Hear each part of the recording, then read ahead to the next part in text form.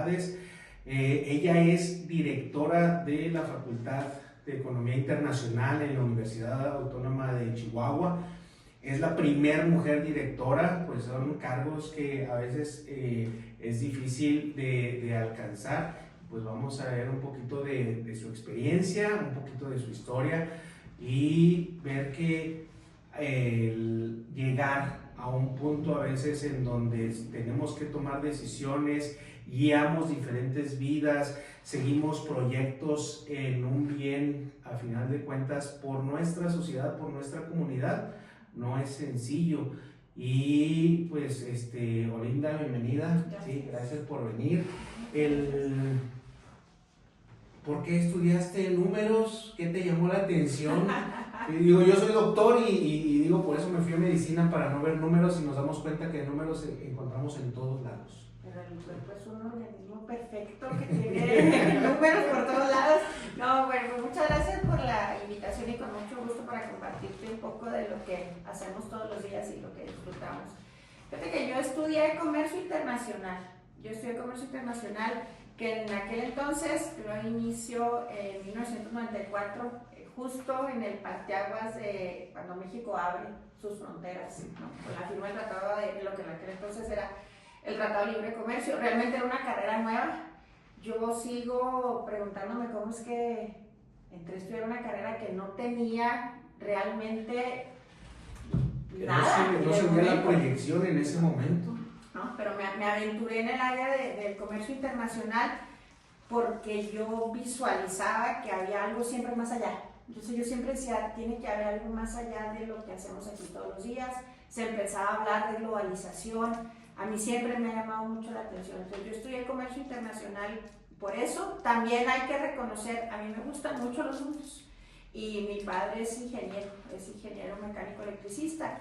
Y yo le decía, yo soy ingeniera como tú, yo creo que nos pasa casi a todos los hijos, ¿verdad? Buscamos ser como nuestros padres. Mi mamá es educadora de preescolar. Entonces, ahí vas a ver cómo la mezcla, ¿no? Entonces, yo cuando le decía, papá, quiero ser ingeniero como tú, y me decía, esa es carrera de hombres, ¿no? Todavía en mi época, hablar de ingeniería era hablar de una carrera de hombres. Entonces, cuando le propongo o platico con ellos sobre comercio internacional, me dice, bueno, eso sí suena un poquito más congruente con con una mujer, ¿no? Hay que decirlo abiertamente. Y vaya que yo puedo decir que siempre tuve muchas oportunidades por parte de mi padre. No, en ningún momento sentí yo que por el hecho de ser mujer, ¿no? Que ahorita lo mencionaba, la primera mujer en la facultad, yo hubiera tenido alguna limitación o restricción por parte de mi papá, para nada. Pero sí, yo creo que el entorno era lo que a él le preocupaba en aquel entonces. Que al final de cuentas los papás buscamos darle herramientas y darle una guía, ¿no? Y creo que no te limitó, pero dijo, pues busca una opción que sea más viable de cierta manera, pero en ese momento pues también había se abren fronteras, pasado México por una crisis. ¿Tú dónde estudiaste la prepa? Fíjate que yo soy, aunque no soy nacida en Parral, pero yo siempre digo que soy originaria de Parral porque realmente crecí aquí en Parral, ¿no? Yo por azares del destino, mis padres, mi papá trabaja en la Ciudad de México y nazco en la Ciudad de México, ellos son parralenses, ambos regresan a Parral. Entonces yo estudié primaria, secundaria y prepa aquí en Parral. Estudié en el Instituto Parralense la primaria, la secundaria y la prepa, en un ambiente pues como una burbuja, yo siempre también digo eso, en una burbujita de cristal, que cuando empiezo a estudiar la carrera me doy cuenta que había un mundo más allá. Entonces fue cuando dije, yo quiero estar ahí, ¿no? En ese más allá. No, y aparte, como estudiante foránea, ¿no? ¿A dónde te fuiste a estudiar? Estuve en Guanajuato, en León. Algo muy padre es que coincide que también buscando mejores oportunidades, mi papá y mi mamá, bueno, todos nos mudamos a vivir a León, Guanajuato. Entonces nos mudamos en ese momento y yo inicio la carrera así como alumna foránea, pero con mis papás en casa. Pues estaba ahí acompañándote. No podía pedir nada mejor. Yo me acuerdo que para mis compañeros, amigos de la infancia, que todavía conservo, ellos me decían, Olinda, es que tienes lo mejor, ¿no? Vivir en casa, una comida caliente, ropa limpia y la vida de universitaria, ¿no? Uno no lo ve muchas veces y creo que hay muchos jóvenes o de jóvenes queremos salir y conocer el mundo, pero cuando uno empieza a ver que la ropa no se lava sola, que llega y no hay comida hecha, que uno tiene que empezar a cocinar, que le pasó mucho a lo mejor a tus compañeros foráneos, y pues dicen qué suertuda, qué afortunada, qué bendición que tengas a tus papás aquí, pues a pesar de que estabas en otro lugar, porque sí se extraña a veces el sitio en donde estamos, pero no sufriste tanto esa parte, ¿no? No, fui muy, muy afortunada. Además, algo que seguramente ustedes comparten con nosotros, en el momento en el que nosotros nos mudamos a León, también como familia, ¿no? Esta sinergia como que retomas el que solo es papá, mamá, tus hermanas y volver a empezar y iniciar con todo este amor y toda esta calidez una nueva etapa en una nueva ciudad, con diferentes costumbres, tradiciones, con la gente que no conocías. Entonces también como familia se forma un vínculo y un nexo bien bonito en una etapa distinta a la que cuando eres niño, ¿no? O sea, ya cuando eres un joven adulto, que es parte de lo que a mí me emociona, lo que hago todos los días, que trabajo con jóvenes adultos que están en eso precisamente, ¿no? En ese momento muy padre. Y ahí durante tu etapa de la carrera, ¿qué fue lo que más te gustó de la carrera en ese momento? A mí lo que más me gustó en ese momento fue la oportunidad de apreciar la diversidad que había en profesores, en compañeros, en estudiantes de otras carreras. O sea, el ver, por eso yo te decía que yo sentía que primaria, secundaria y prepa había estado como en una pequeña burbuja. Porque cuando llego a la universidad me doy cuenta que era un mundo más allá de lo que yo puedo ver. Ahora, cabe aclarar también, venir de una ciudad pequeña también es distinto a llegar a una ciudad mucho más grande, ¿no? León era y sigue siendo una de las ciudades más grandes y con más movimiento, infraestructura. Entonces te das cuenta que hay otra realidad allá afuera y quieres ser parte de esa realidad. Eso fue, yo creo que lo que más me llamó la atención, aprender a respetar las diferencias. Haber estado formada y educada en una escuela católica, por ejemplo, también, ¿no? O sea, simplemente con ese limitante, vamos a llamarlo de esa manera, en el que todo el mundo pensaba igual que tú, frecuentaba los mismos lugares que tú, y lo que estaba bien y mal era lo mismo que tú. Entonces llegas a la universidad, como la misma palabra lo dice, y es universal, ¿no? Hay gente de todas las creencias, de muchos lugares. León es una ciudad en la que hay muchos estudiantes foráneos de los Altos de Jalisco, del mismo estado de Guanajuato. En aquel entonces había mucha gente que había migrado a raíz del temblor del 85 en Ciudad de México, entonces había mucha gente de Querétaro, de Ciudad de México, que habían migrado un poco más hacia el norte del país. Entonces esa parte fue la más interesante para mí. Y llegar a una institución de clase mundial me tenía sorprendido. O sea, yo veía y decía, esto es en serio, o sea, esto no estoy jugando a la escuelita. Sí, esto es en serio, de esto depende el futuro, mi futuro, ¿no?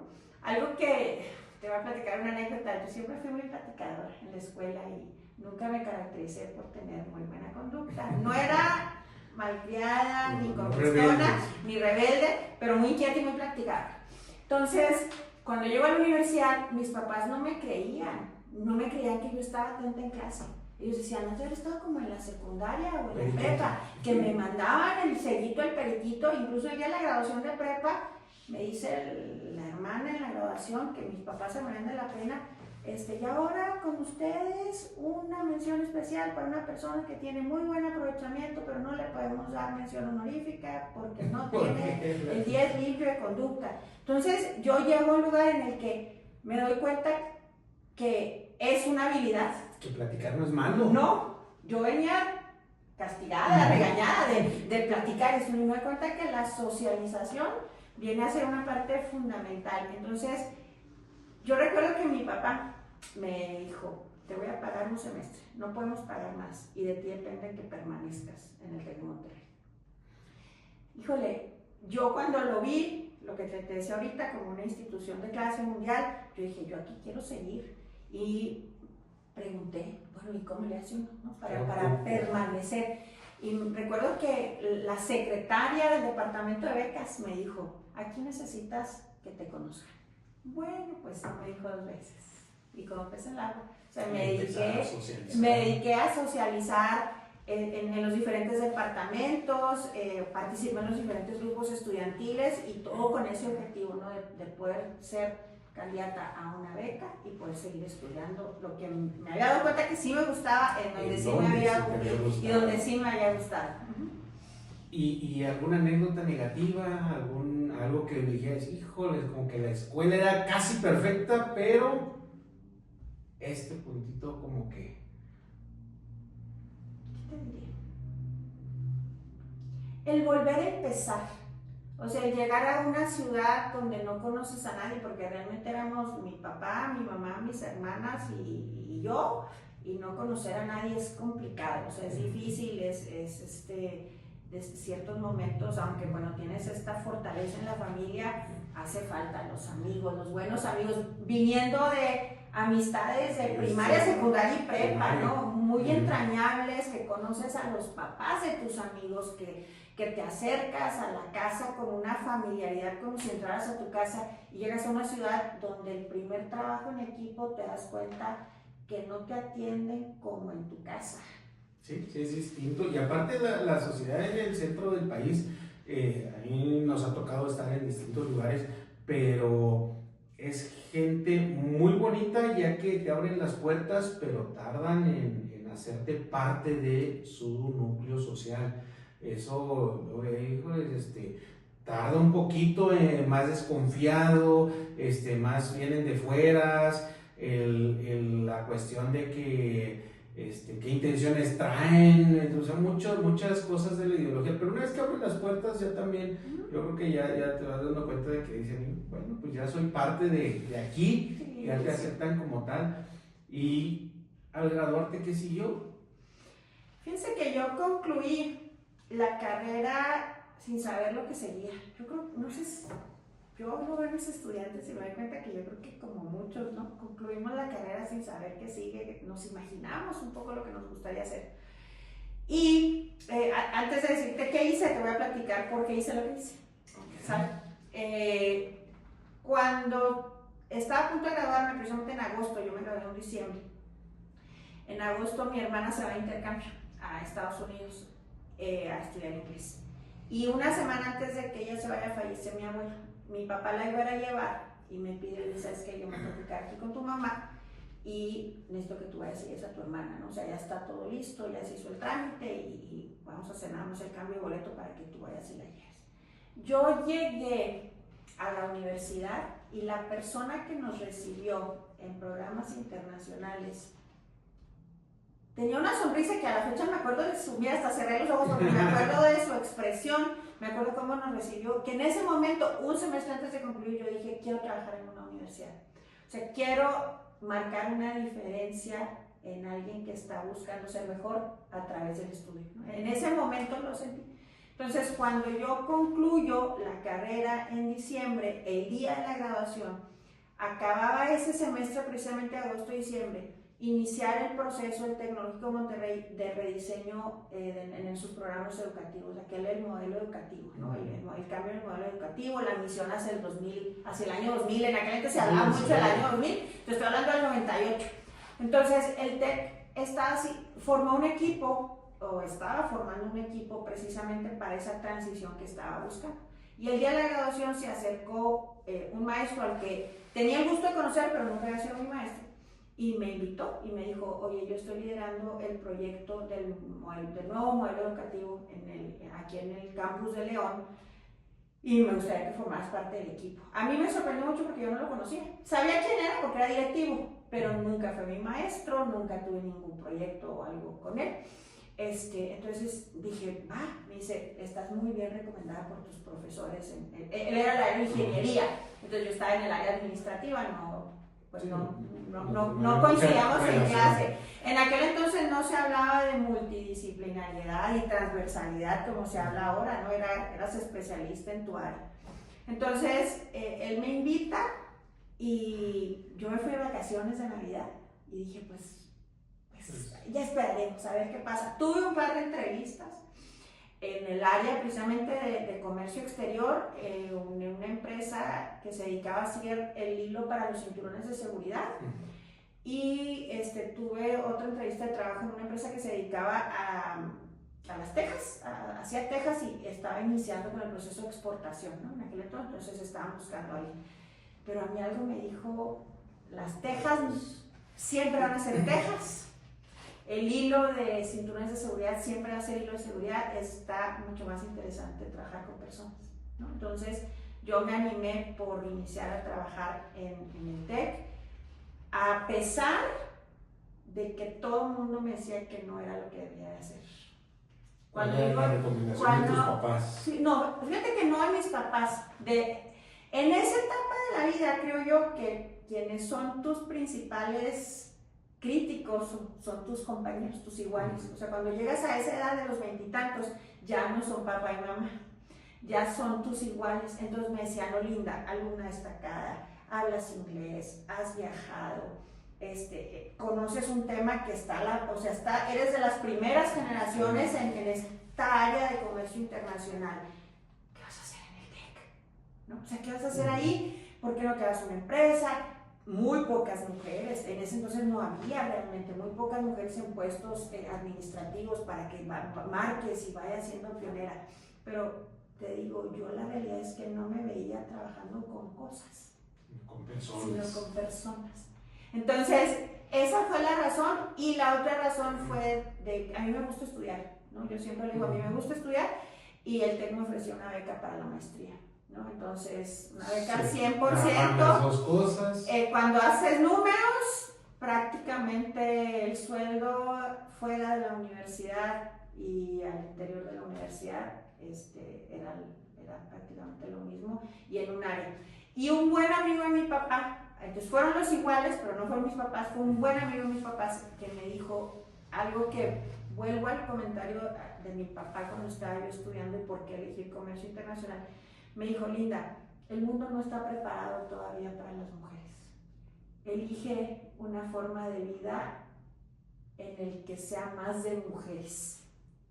Y creía mucho en él, por la amistad tan cercana que tenía él con mi papá, por el impulso que le había dado a mi padre estando ahí en Guanajuato, y no me arrepiento, ¿no? O sea, creo que escuché a personas en ese específico, en quien yo veía un ejemplo a seguir también como ejecutivo, como una persona que trabajaba por una empresa transnacional, que dices, por algo me lo está diciendo, por algo me lo está diciendo. Escuchar también el consejo y tomar la decisión que uno considere. ¿Y la maestría en qué fue? La maestría fue en administración, la maestría fue en administración con una especialidad en mercadotecnia. Y ahí a la par estabas en el TEC trabajando y con la beca. Ahí en la maestría, ¿qué encontraste nuevo? Fíjate que en la maestría, yo algo que les digo siempre ahora a mis estudiantes cuando he dado clase en posgrado, no es que encuentres nuevo conocimiento, lo que pasa es que aprendes cómo se aplica, porque tienes más experiencia ya fuera del cascarón de ser estudiante, de vivir en casa. Ya eres una persona joven, adulto, que toma sus propias decisiones, ya eres más crítico. Finalmente, tú me lo puedes decir médicamente, pero pues ya estás maduro. Sí, ¿no? sí, ya está una madurez no solamente física, sino ya también intelectual de cierta manera, que te está favoreciendo a tomar decisiones menos erróneas, porque seguimos cometiendo errores. Eso nos lleva a tomar las mejores decisiones que pensamos, pero con mayor conocimiento de causa. Un tema que me encantó en la maestría y que hoy entiendo por qué me gustó tanto fue el tema de liderazgo. A mí me gustó mucho el tema de liderazgo en los recursos humanos. Y bueno, iba finalmente en la misma línea, ¿no? De trabajar con personas. Y no porque yo me visualizara en ese momento, porque te soy muy sincera, en ese momento no. Aún sentía que tenía muchas cosas por aprender, tenía mentores con los que trabajaba precisamente en todo este cambio que estaba teniendo el TEC, no solamente de forma de enseñar, sino organizacional. Y yo veía muy jóvenes a quienes estaban liderando todavía ese proyecto y decía, esto va para rato, yo tengo mucho rato que tengo para seguir aprendiendo.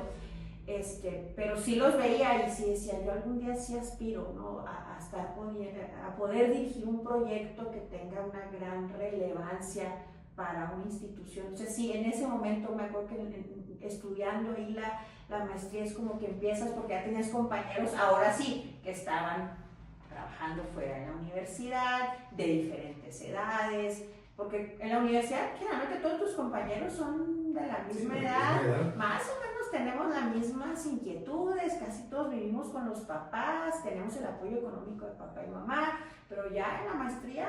No, ya ahí hay brechas generacionales, el que está trabajando, que está casado, que tiene hijos, tú en ese momento todavía estabas soltera. Sí, soltera, recién graduada. Entonces, mentalidades distintas, pero eso también nos sigue abriendo el abanico, ¿no? También de conocimientos de las personas. ¿Cuánto tiempo duraste todavía en Guanajuato? En León duré hasta el 2002. En el 2002, del mismo TEC de Monterrey, me invitaron a participar en un programa que tenían de movilidad, ¿no? A la sede que tenía el TEC en Calgary, en Canadá. Entonces, pero te voy a decir por qué. Nadie hablaba inglés. Que pudiera... Y siempre lo digo porque soy gran promotora del aprendizaje de una segunda lengua y en especial del inglés. La realidad de mis alumnos siempre se los digo.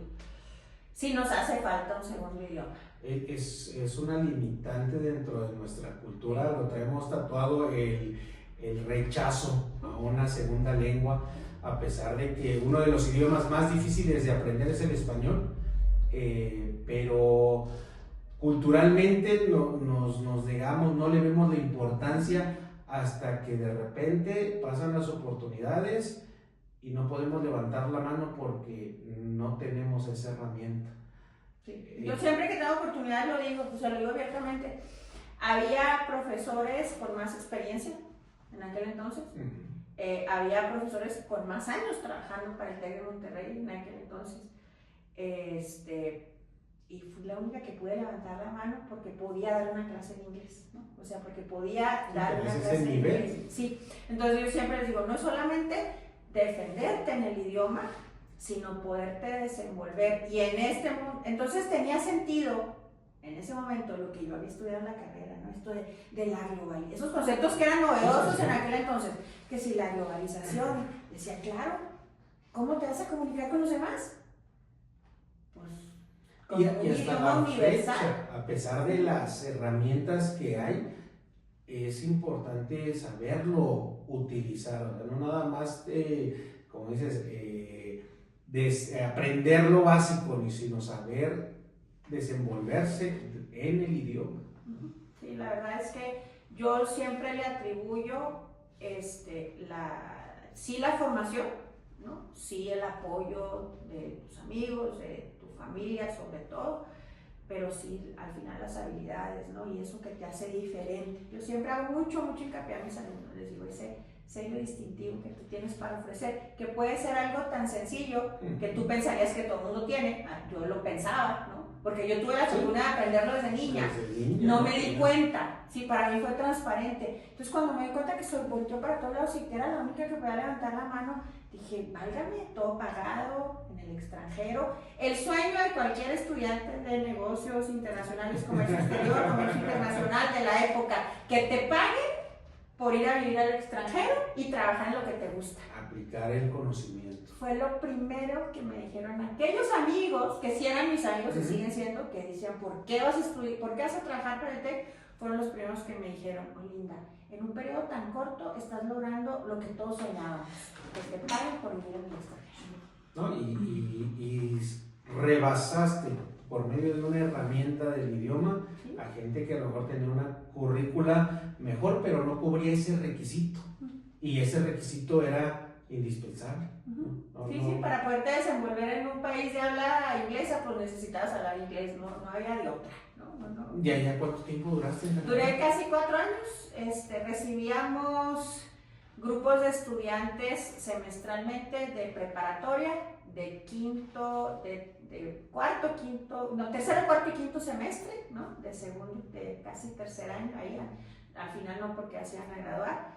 Durante un semestre cursaban casi todas sus materias en inglés y tenían algunas clases que impartíamos el equipo que iba del TEC hasta físicamente allá, que eran aquellos cursos que no, Historia de México, ¿no? Sí. Que no te van a ofrecer en Canadá, pero que era parte de la currícula, por ejemplo.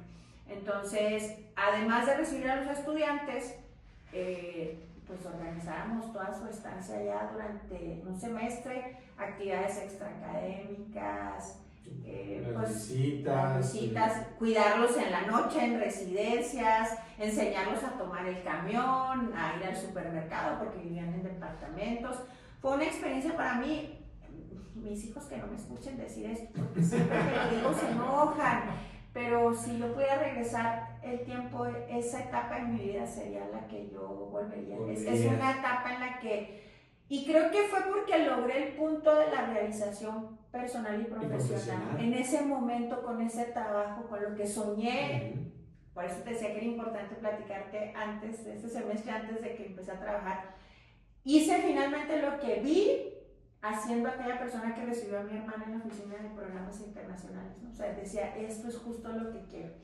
Pues en ese momento, y por eso digo, quisiera volver. Te proyectaste antes y lo lograste. Sí. ¿No? Sí. ¿Y por qué se acabó esa etapa? Llegó un momento en que era lo mismo. Llegaba un grupo de 80 estudiantes, las actividades eran las mismas, las clases que cursaban eran las mismas, venía otro grupo y otro grupo, y sí, les cambiabas la vida a ellos. Pero tú seguías en lo mismo. Entonces llegó un momento en que yo me di cuenta que ya incluso no era sano para los alumnos, porque yo ya los veía y decía, este alumno va a hacer esto, esta alumna va a hacer aquello. O sea, llegas a leer mucho, a conocer, ¿no? Cómo se comporta un joven en esa edad, entonces ya no. Entonces, además, trabajaba 24/7, pues era responsable legalmente incluso de los estudiantes. Entonces, llega un momento en el que dices, ¿y yo? ¿Y mi vida? ¿Y mi realización personal? ¿No? Porque sí, también que sigue, ¿no? O sea, sí. A veces puedes estar en un muy buen sitio, pero cuando ya uno se estanca, a veces dice, bueno, ¿qué? Y Olinda, por lo que yo siempre había sido inquieta, movida, y de repente el encontrarse en que ya estaba entrando en una meseta en su vida, ¿cómo tomaste la decisión de cambiar, de brincar? No fue fácil. Canadá, país del primer mundo, condiciones excelentes de vida, de actividades extra, ¿no? Fuera de sistema de salud, todo lo positivo que te puedas imaginar, ahí está. Un trabajo que te pagan por viajar, por estar con gente, ¿no? O sea, hacer lo que te gusta. Pero al final ese cerrar la puerta y estar solo, ese cerrar la puerta y no hay nada diferente, al día siguiente va a ser igual que hace un año. Entonces, no es sencillo, pero es el momento de decir hasta aquí, ¿no? Y es complejo porque estás recibiendo un buen ingreso, eres un buen ejemplo, ¿no? Como hija mayor también, que logró la meta que se había propuesto.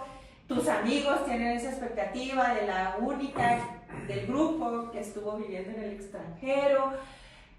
Entonces pedí, por ejemplo, como trabajaba de lunes a lunes, cuidando a los estudiantes durante todo el semestre, y luego tenía periodos de hasta 3 semanas y luego regresaban, así, ¿no?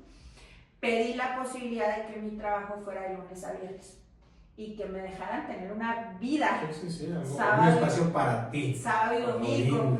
Y no fue posible, o sea, lo traté de negociarlo en el sentido con los recursos que ya teníamos disponibles, porque había profesores mexicanos, había un equipo de becarios que eran estudiantes de licenciatura que iban becados a apoyarnos con los estudiantes de la prepa internacional. Entonces yo decía, es posible que me dejaran apagar el celular, que apenas empezaba en aquel entonces, apagar el celular a las 5 de la tarde del viernes y volverlo a prender a las 8 de la mañana del lunes, y que se encargue el grupo, no el coordinador.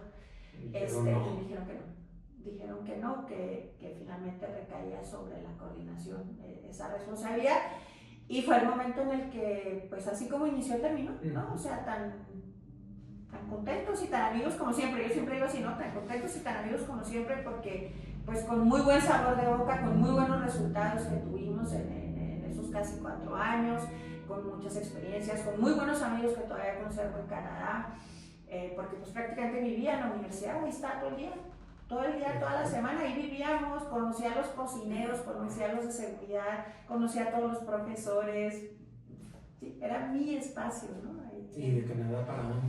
De Canadá regresé a León, mis papás seguían en León, me di 6 meses de sabático, sí, yo regresé julio y empecé a trabajar hasta enero.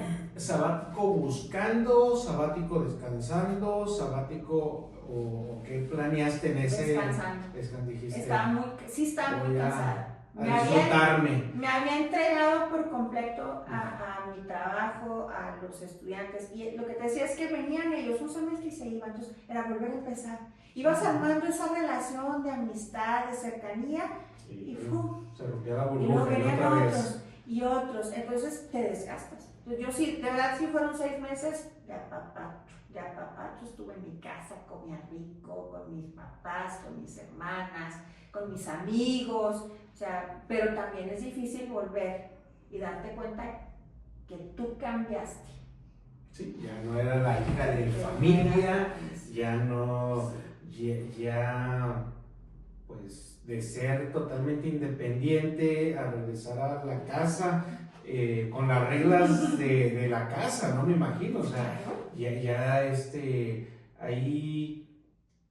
¿Qué encontró Olinda en ese momento? O sea, que yo quería seguir haciendo algo padre porque no iba a poder estar de vacaciones tanto tiempo, no, la verdad, o sea, si lo necesitas, o sea, es como un respiro, como es válido detenerte en el camino y decir, bueno, ¿y ahora qué sigue? ¿Qué quiero hacer? Yo estaba convencidísima que era en el área educativa, ¿no? O sea, sigo, yo a la fecha, si tú me dices, yo sigo convencida. A la escuelita. ¿Y qué buscaste y qué encontraste? Encontré el mismo programa, tenía un proyecto que iba a iniciar en la sede de China en Shanghai. Había esa posibilidad. Estaban iniciando un proyecto de todo lo que hoy vemos en las universidades en cuanto a la atención de manera integral del estudiante, que no existía en nuestros años universitarios.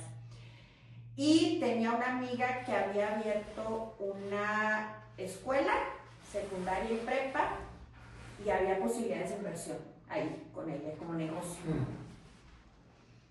Y me fui con mi amiga, porque es un tema que me gusta. O sea, finalmente es mi área de formación, los negocios.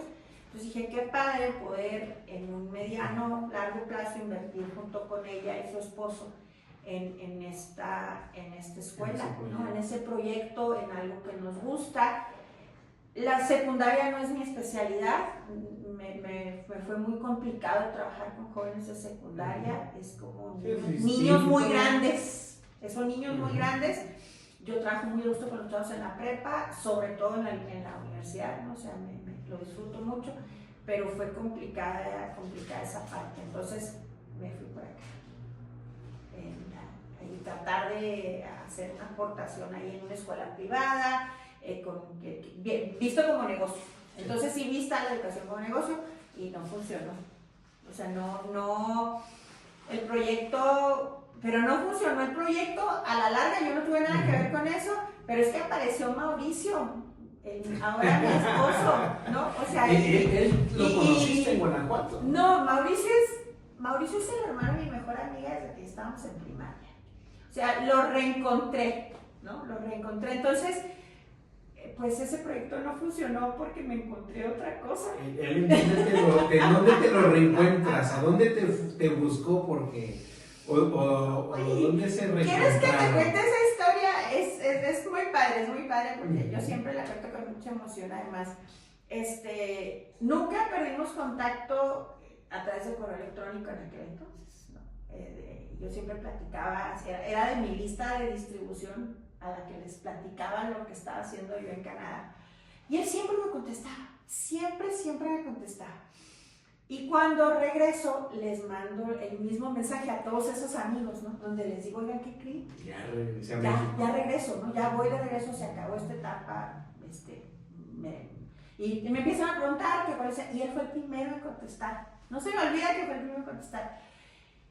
Y a mí se me hizo muy fácil invitarlo a una boda que tenía. Lo que te decía ahorita de regresar a un lugar donde estuviste ausente y adaptarte nuevamente. Tenía una boda y la gran mayoría de mis amigos ya se habían casado. ¿En una boda en Guanajuato o en Parral? En Guanajuato. Y a mí se me hizo fácil que él estaba aquí en Parral y que podía ir a Guanajuato a la boda. Y lo invité y dije, ¿cómo me va a decir que no? ¿Y qué crees? No, pues es que, o sea, digo, yo soy hombre y eso marca que ya te había puesto la marquita de salivita desde antes, ¿no? Metódico Mauricio, no conocía esa etapa de Mauricio. Pues invitada para que te contara esa versión, pero sí, entonces él fue, me acompañó a esa boda, una muy buena amiga y pues hicimos clic. Yo creo que sí, una parte de que estábamos destinados, ¿no? De verdad, o sea, sí, una parte así como muy mágica, si quieres verlo, poco científica para alguien que se dedica a eso, pero... Los números, los dos. Sí, pero finalmente yo creo que esa era la parte, y por eso te quería decir la otra, ¿no? Era lo que me faltaba, o sea, a mí sí me hacía falta un compañero de vida. ¿Cómo... ¿Qué cualidades tiene ese socio de vida? Porque, digo, mucha gente no conoce esa parte.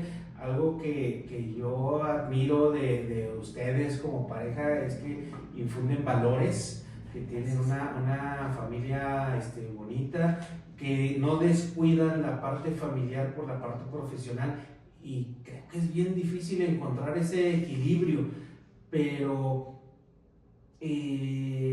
no nada más es casualidad, es una bendición encontrar una pareja de vida, pero al final de cuentas es una sociedad. ¿Qué cualidades dirías, híjoles, Mauricio? Yo lo vi que iba a ser buen padre, yo lo vi que iba a ser detallista, yo lo vi. ¿Qué viste en Mauricio? Es muy listo, es muy interesante. O sea, es una persona con la que no te aburres. Entonces, sí, ya me dijiste tú, soy inquieta, siempre quiero estar haciendo cosas nuevas. Es una persona que siempre tiene tema de conversación. Entonces, siempre sale con alguna ocurrencia, con algo nuevo. Entonces, hace que yo tenga que estar renovándote. Claro, o sea, yo tengo que estar estudiando y leyendo, porque siempre que le platico algo ya lo sabía, y ya sabe esto. Hay una sola vez en los casi 18 años que tenemos casados que le he dicho algo de su área de especialidad que él no conocía. Y eso, bueno, para mí fue un gran logro, ¿no? El día que le platico. Digo, oye, Mauricio, ¿tú sabías que la ciudad, que París está diseñada de manera circular? Y que al centro está la Torre Eiffel, Champs-Élysées, y se me queda viendo y me dice, ¿de dónde estás? Sacando esa información. Y dije, pues es una clase que tomé de francés. Esa clase es francés 3, cultura, y el cómo está estructurada la ciudad tiene que ver con los niveles jerárquicos y demás. Entonces me quedaba viendo y me decía, eso no, yo soy el arquitecto, el urbanista, el paisajista.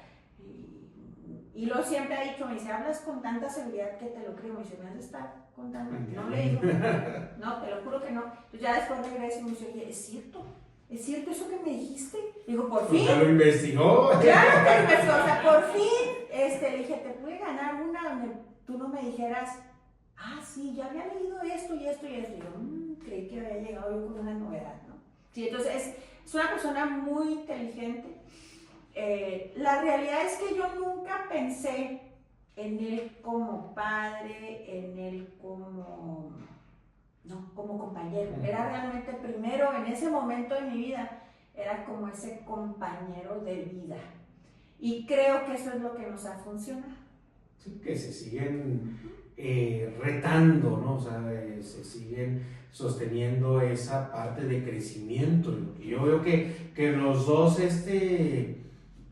pues existe como que ese pique sano, esa competencia sana de vamos, doy un paso, yo doy un paso, doy un paso, doy un paso, pero se van ayudando. Distinto a la metáfora de los cangrejos, en donde tú das un paso y te trato de jalar. Yo los veo que un pasito se apoyan y siguen y van para adelante los dos. Tratamos, la realidad es que yo creo que esa individualidad que hemos permitido en cada uno de nosotros, ¿no? O sea, tú haces lo que a ti te gusta, yo hago lo que a mí me gusta y nos apoyamos, es lo que ha sido el éxito. Yo me meto en tu área, tú en la mía y finalmente nos complementamos.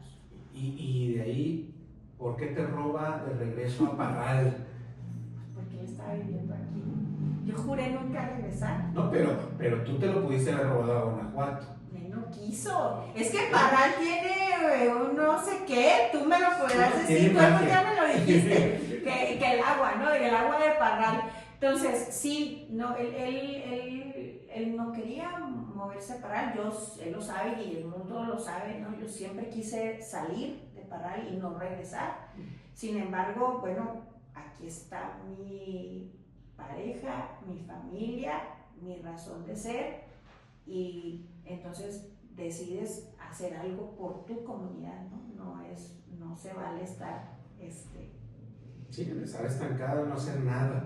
¿no? Y eso a mí parte de lo que me encantó de Parral, de una ciudad pequeña, es que en general vamos multiplicando voluntades, cada quien va poniendo un granito de arena desde su trinchera, vamos poniendo algo y en general la población es bonita y es buena y eso hace que sea una convivencia sana todavía, ¿sí?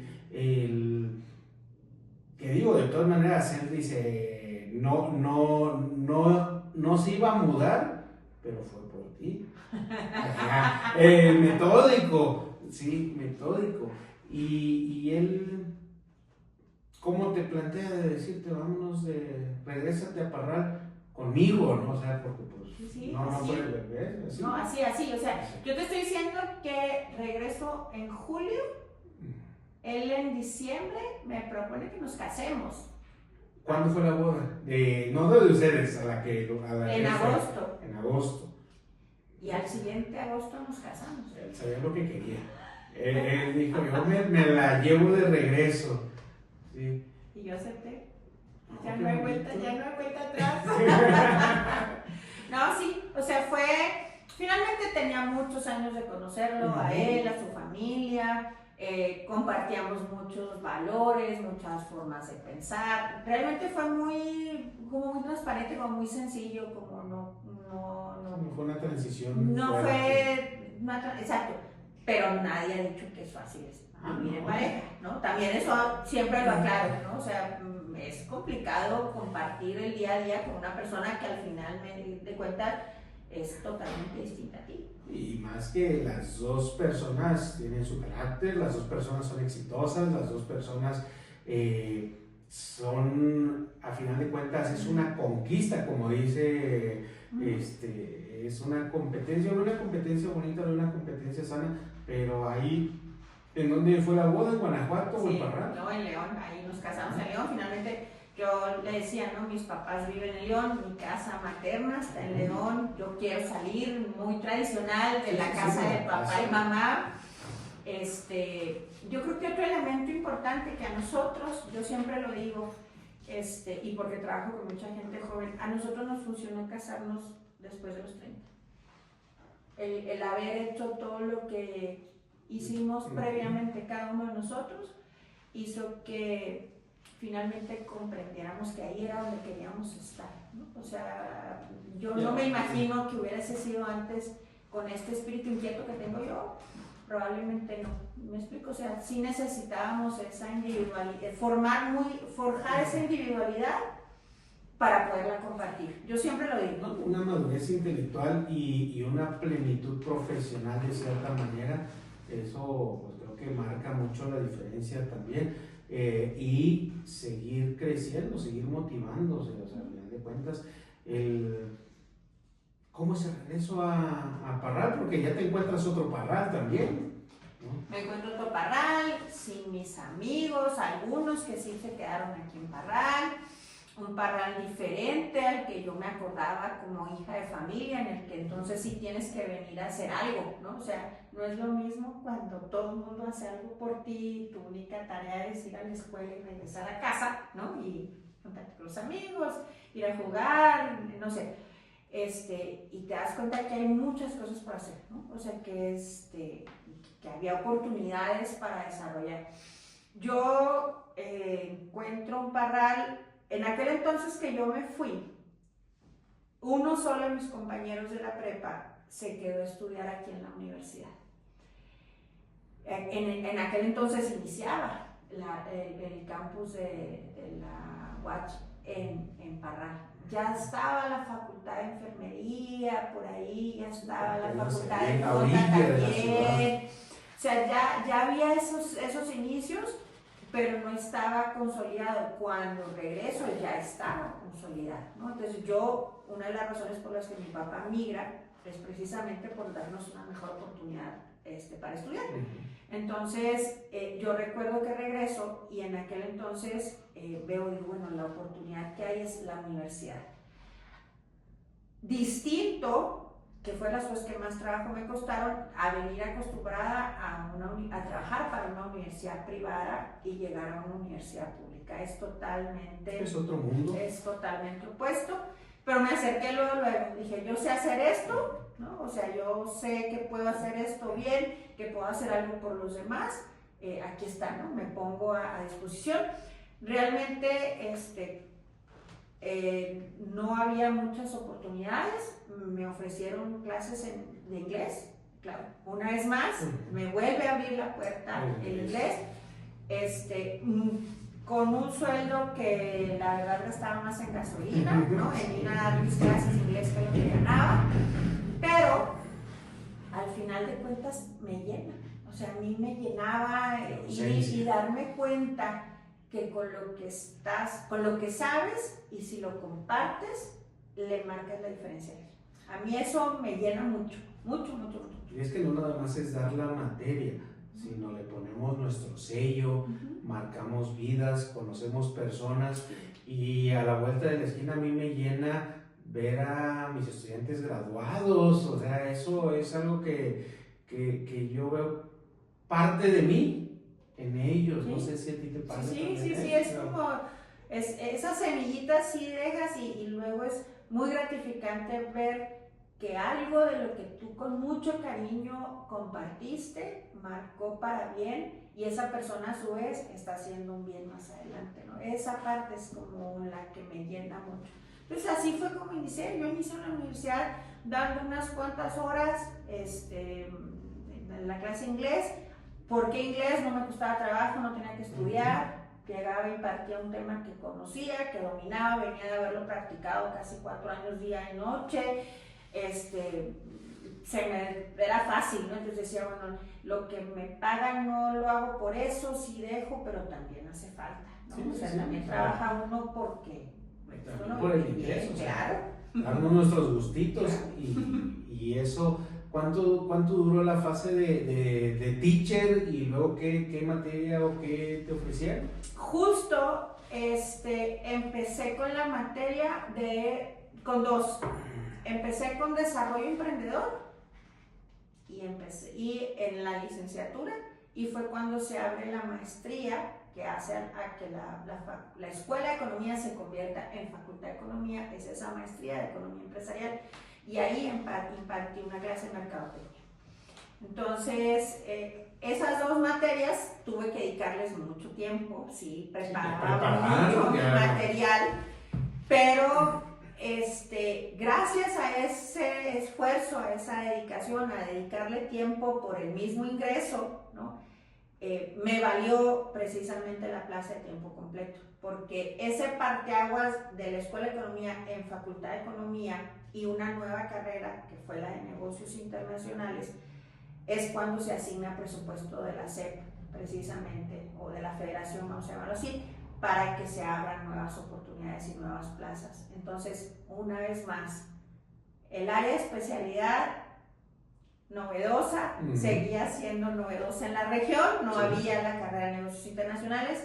El inglés venía marcado y etiquetado en la plaza, como venía de la federación, y la experiencia internacional, que era importante para una carrera que se iba a abrir en el ámbito internacional. Entonces, apliqué, pues, tuve la bendición, ¿no? Eso sí, para mí sí fue una bendición, porque es una estabilidad que te da como profesionista. Sí, algo más seguro. Sí, claro, sí, yo siempre lo digo, pero sí gracias a la trayectoria, ¿no? O sea, sí, yo sí lo digo y lo reconozco, o sea, al esfuerzo, al trabajo, a la dedicación de años atrás, poder decir, bueno, fui candidata a una plaza que venía etiquetada con esas características porque era lo que se requería para la formación que se requería para ese puesto, ¿no? Entonces, así fue como inicié de tiempo completo en la universidad en el 2014, ya, 11 años. ¿Y de ahí en qué momento te conviertes en candidata para ocupar un puesto directivo? Fíjate que los periodos en la universidad son cada 6 años, ¿no? Cada 6 años es el cambio de director. Yo, cuando se me asigna mi plaza de tiempo completo, no inicié como profesora de tiempo completo pensando un día voy a ser directora, teniendo en mente que la universidad finalmente pública tiene cierta influencia del poder político, ¿no? Y yo no soy partidista, no pertenezco a ningún partido político, no soy partidista, entonces nunca puse mis ojos o mi intención en un puesto, en un cargo directivo, etiquetándolo en la parte partidista, política, de gobierno, vamos a llamarlo así. Entonces, por ser una institución pública, ¿no? O sea, por tener fondos del gobierno. Entonces, yo trabajé, hice mis aportaciones en mis clases, las diseñaba y pues cuando te das cuenta que bajo la ley orgánica cumples con los requisitos para poder participar y puedes hacer una aportación, dices, pues voy a levantar la mano, no tengo ninguna afiliación partidista y probablemente estoy equivocada, ¿no? Probablemente estoy equivocada y pues aquí estoy, me doy cuenta que sí, efectivamente en mi caso yo puedo decirte que sí es por cuestión de méritos, de trayectoria, de la propuesta que hicimos en el Consejo Universitario, ¿no? De lo que podíamos hacer por la facultad. Yo creo que también es mucho, en el caso personal, ese arraigo, ¿no? a Parral, a la ciudad que me veo crecer, a que estoy convencida que sí quiero hacer una aportación de valor para que la universidad que está aquí, que en su momento mi generación no tuvo la oportunidad y tuvieron que emigrar, muchos no estudiaron, ¿no? Por no poder migrar, se quede aquí y permanezca aquí para que tenga el impacto que no solo tiene en Parral, sino en toda la región sur del estado. Yo siempre lo digo, ¿no? El norte de Durango, toda esa gente que viene, que ve a Parral ese lugar que no es tan caro como la capital para estudiar, ¿no? Que tienen familia en Parral, que pueden venir, que todavía se puede mover la gente a pie, agarrando un solo camión para llegar a la universidad, que no es tan oneroso. Entonces dices, podemos hacer una aportación, ¿no? Entonces, pues, cumplí con todos los requisitos, creí que era más complejo, ¿no? O sea, cuando ves la ley orgánica y dices la convocatoria y lo dices, bueno, oye, pues si yo tengo el perfil, yo puedo participar y uno de los requisitos, pues vamos a apuntarnos, ¿no? Y armamos una terna con un grupo de profesores que también cumplían y bueno, pues tuve la fortuna de que el Consejo Universitario me designara. Seleccionado. ¿Sí? ¿Y cuál fue tu propuesta en ese momento? Fíjate que en ese momento veníamos de la pandemia y yo tuve durante la pandemia 2 grandes oportunidades y lo digo porque creo que fue mi terapia, ¿no? Yo superé la pandemia y hay que decirlo porque creo que todos buscamos una forma de hacerlo. Yo superé la pandemia trabajando y una de ellas fue, trabajé y colaboré con un profesor de la Universidad de Nuevo México en diseñar una clase en conjunto y la dábamos de manera colaborativa. Y eso me mantenía ocupada con algo novedoso, algo que no se había hecho, que dos profesores de diferentes universidades, una en el extranjero, una aquí, dieran de manera simultánea clase a estudiantes de México y en Estados Unidos, ¿no? Entonces hice eso, ese proyecto fue así como importante. Otro proyecto que no tuvo nada que ver con la universidad, pero que retomé con el TEC de Monterrey, fue un programa de voluntariado. Entonces, inicia durante la pandemia el ex rector del TEC de Monterrey, el doctor Rangel, este programa de voluntariado para capacitar a todos esos profesores que tenían que dar clase en línea y no sabían cómo. Porque eso habíamos hecho en el año 2000 en el TEC. Entonces, 20 años después tienes una pandemia y te das cuenta que la educación pública a nivel medio y superior no estaba preparada. No, ni las casas, ni la tecnología. Fue una crisis dentro de la crisis, la educación.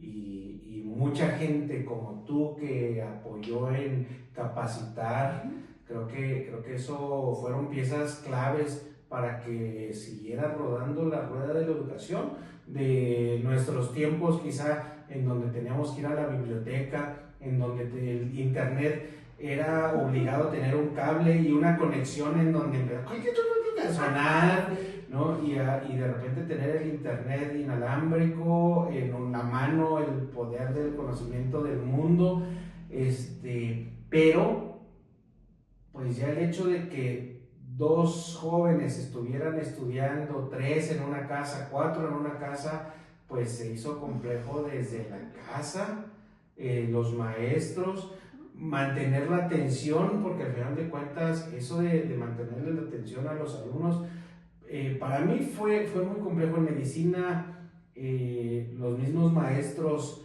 chocamos mucho con eso, pero yo les decía, es lo que hay ahorita y tenemos que usar la tecnología, ¿no? Ahí, cuando recibes el cargo con esos limitantes, ¿cuál fue el mayor reto? Okay. Entonces, esos dos fueron así como que proyectos y luego también me puse a estudiar, ¿no? O sea, dije, yo tengo que estar ocupada. La verdad es que a mí las 24 horas me parecían nada. Yo, el día y la noche no había diferencia, siempre estaba en la computadora, trabajaba, en fin, estábamos en la casa, no había otra cosa que hacer, no más que estar ahí, no perdías tiempo de traslado y demás. Entonces, dentro de las propuestas, precisamente era esa parte de comprender que la médula espinal son profesores y alumnos, ¿no? Que no se nos olvide que a eso es un binomio. O sea, que a eso nos dedicamos los administradores, en este caso de las instituciones educativas, ¿no? O sea, ¿cómo hacemos que el docente y el alumno sean en verdad la médula espinal? O que la médula espinal sean los profesores, si quieres llamarlo así, y que todo sea para el estudiante. Mi propuesta estaba centrada en eso. Y de las grandes limitantes, yo creo que tuve mucha suerte, ¿no? En encontrar un equipo que son igual que yo, o sea, como que sí veníamos, como que fue el parteaguas de la pandemia y regresar a las aulas, y entonces veníamos con ese ímpetu de todo lo malo dejarlo en casa, en la pandemia, y querer reiniciar. Yo creo que la limitación fue esa, ¿no? Que veníamos de este entorno complejo que vivimos todos, pero los que teníamos mucho ímpetu en retomar y en hacer lo que no se había hecho, lo pudimos hacer, ¿no? Y lo hemos tratado de hacer estos 2 años. La verdad es bajo el impulso que hemos estado trabajando. Es decir, aquello que no nos gustó, que fue la pandemia, no dejemos que vuelva a suceder y hagamos todo con calidad, de tal manera que si tenemos que ahorita regresar, todo está digitalizado, todo está accesible, no tenemos complicaciones para retomar esa vida del 2020 que espero que no regrese. Que no regrese algo similar. No. Pero pues ahorita ya lo has logrado, cada reto superarlo. cómo te has ido reestructurando con respecto a cada cosa, cada situación, ahorita alcanzar de cierta manera una cúspide profesional, pero entiendo que de repente dices, voy por otra, ¿no? Ahorita estás terminando el doctorado también.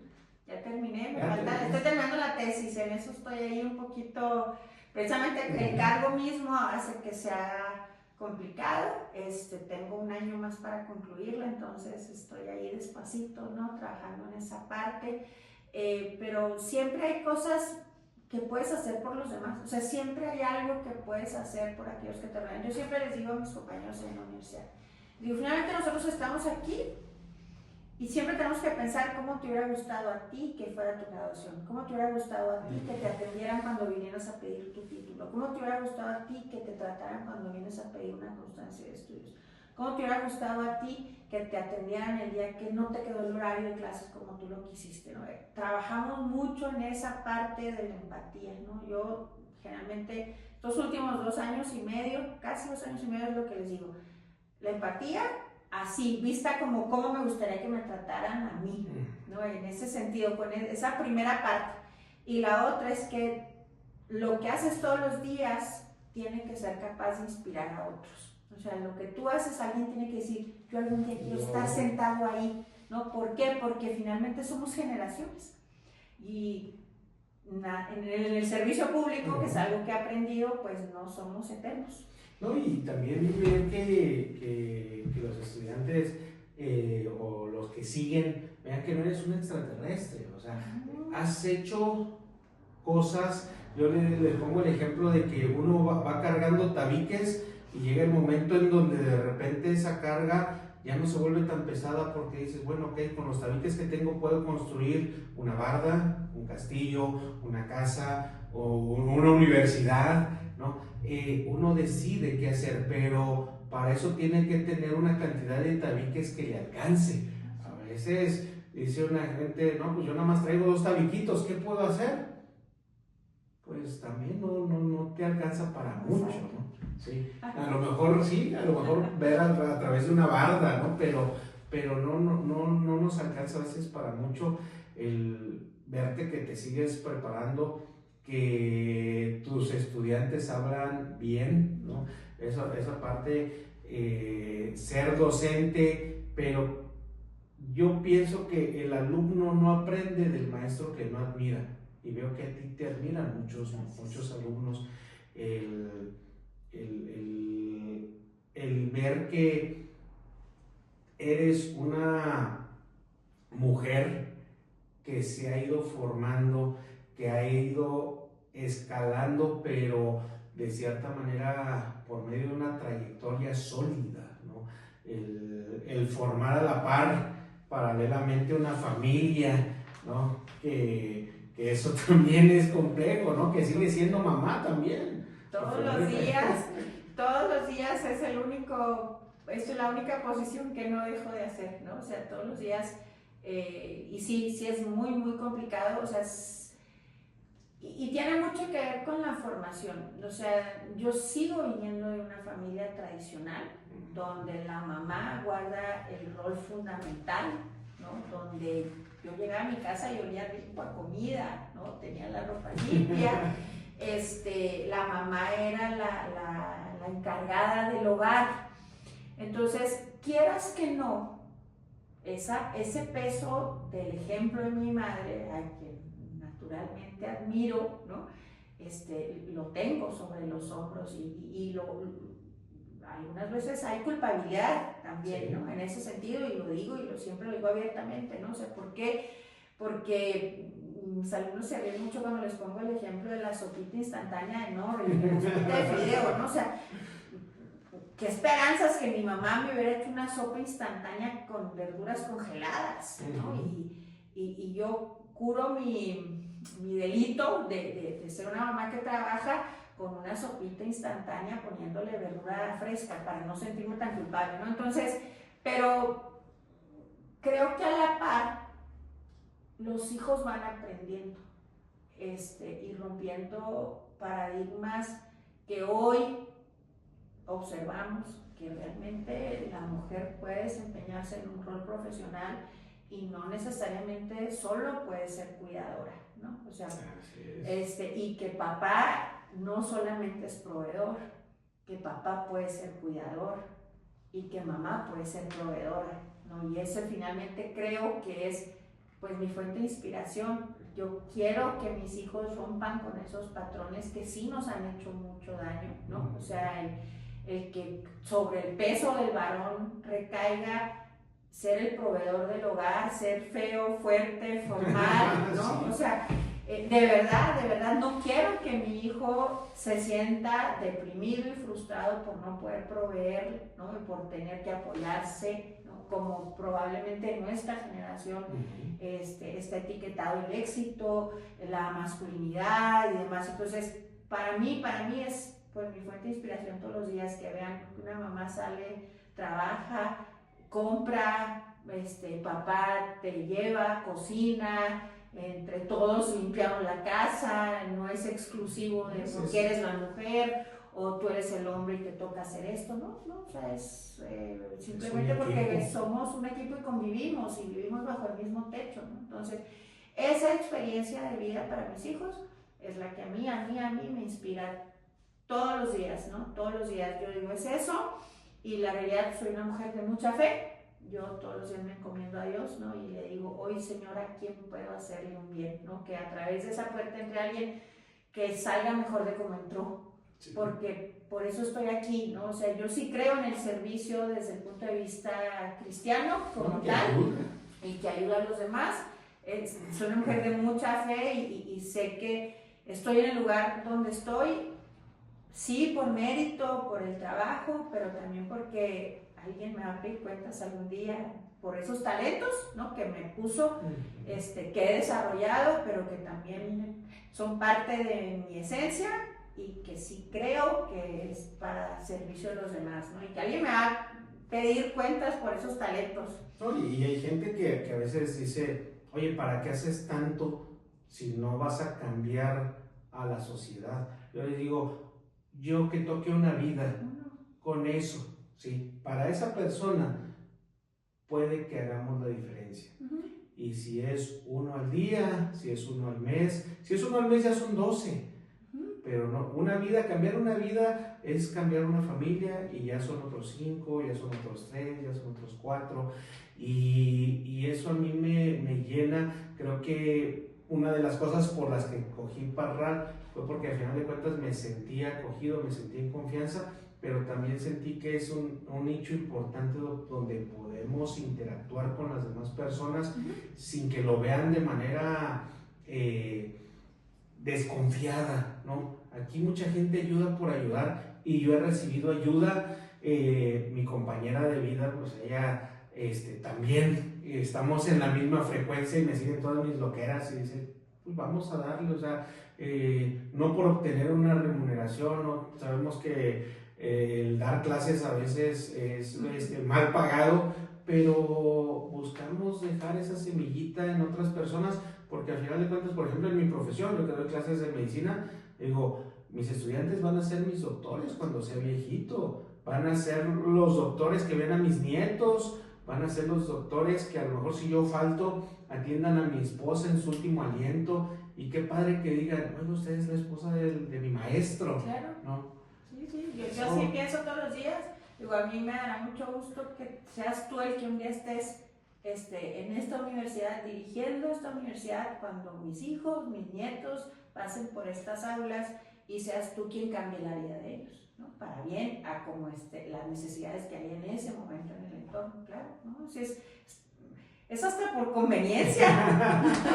O sea, hacer nuestro trabajo bien es hasta por conveniencia propia, ¿no? Porque finalmente somos parte de esta comunidad. Sí. Hablando de comunidad, nosotros ahorita estamos haciendo una campaña también para lo que es los motociclistas, que ahorita hay mucho accidente, está habiendo mucho motociclista que conduce rápido, conduce sin precaución, conduce sin protección.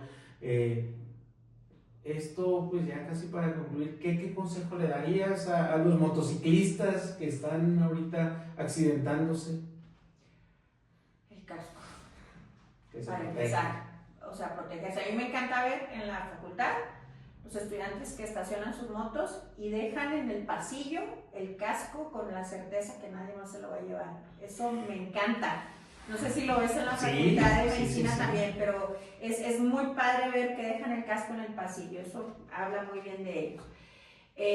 Yo diría, uno, la protección, y dos, recordar que no están solos, ¿no? O sea, es que en el momento que dejamos de pensar que viene alguien igual que yo, enseguida,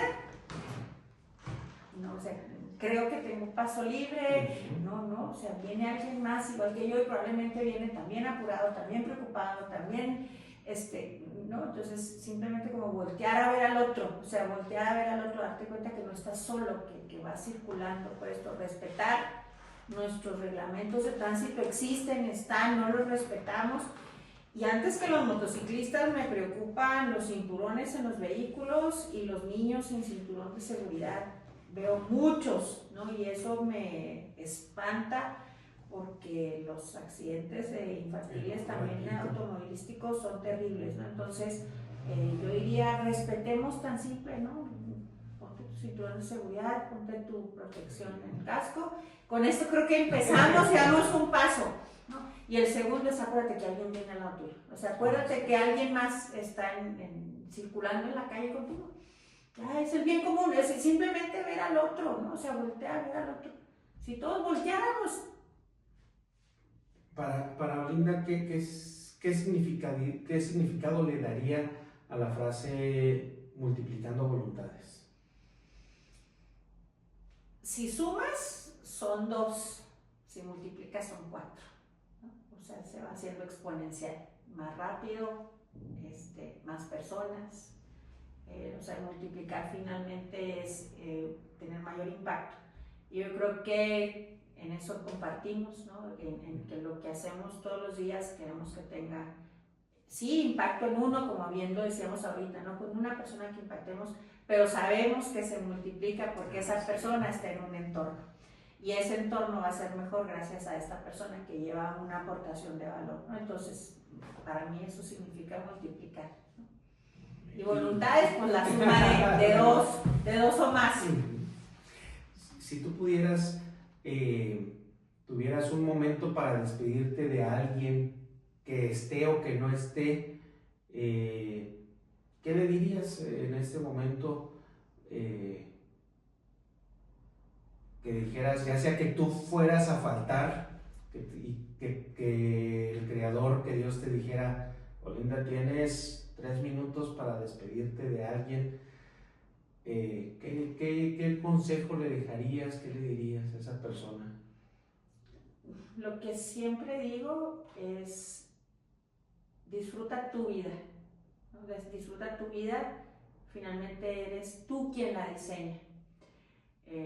Pienso en mis hijos y creo que eso les diría, ¿no? Y también les diría esa parte de busca siempre ser empático y solidario con los demás, de rodearte de personas que piensen igual que tú y finalmente de verdad busca ser inspiración, busca ser líder, busca ser una aportación, porque estoy segura que todos y cada uno tenemos un don, un talento que los demás no tienen y que podemos poner al servicio de los demás.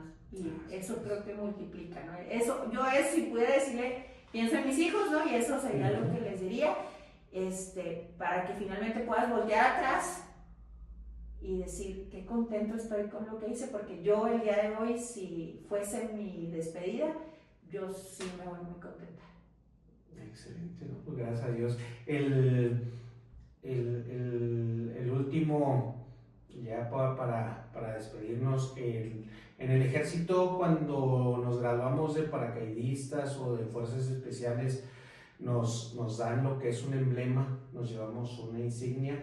Aquí pues dentro de la asociación de curanderos hacemos algo similar, entonces ahorita pues te vamos a nombrar como curandera honoraria, porque al final de cuentas todos podemos apoyar a alguien, ¿sí? Entonces, Olinda de pie, Olinda, de favor, ¿sí? ¿sí? Este es el emblema de curanderos, ¿sí? Yo espero que te lo lleves tatuado y que sigas tocando muchas vidas, porque al final de cuentas eres inspiración. Sé que lo sabes y que la humildad también a veces no nos deja reconocernos eso, pero créeme que eres inspiración para mucha gente, ¿sí? Dicen que del lado del izquierdo está el corazón, ¿sí? Eso dice el doctor. Entonces, eso dicen los doctores, ¿sí? Pues muchas gracias, Solita, ¿sí? Y felicidades. No, hombre, encantada y de compartir lo que hago todos los días, que disfruto y que seamos más, ¿no? Siempre los que busquemos que en verdad esta parte, creo que por eso yo encajo en la Facultad de Economía. El economista busca el bienestar, y aunque no soy economista, que es una de las limitaciones a las que he tocado y que no te la dije, aunque no soy economista, yo sí busco el bien común, yo sí busco el bienestar, y yo creo que eso es lo que todos deberíamos de buscar, que el otro esté bien. Desde lo individual hacia lo colectivo, y eso se va a regresar. Sí. Muchas gracias. Sí. No, por mi emblema de curandero. Gracias. Sí. Pues nos vemos, curanderos, en el siguiente podcast, y pues sigamos multiplicando voluntades.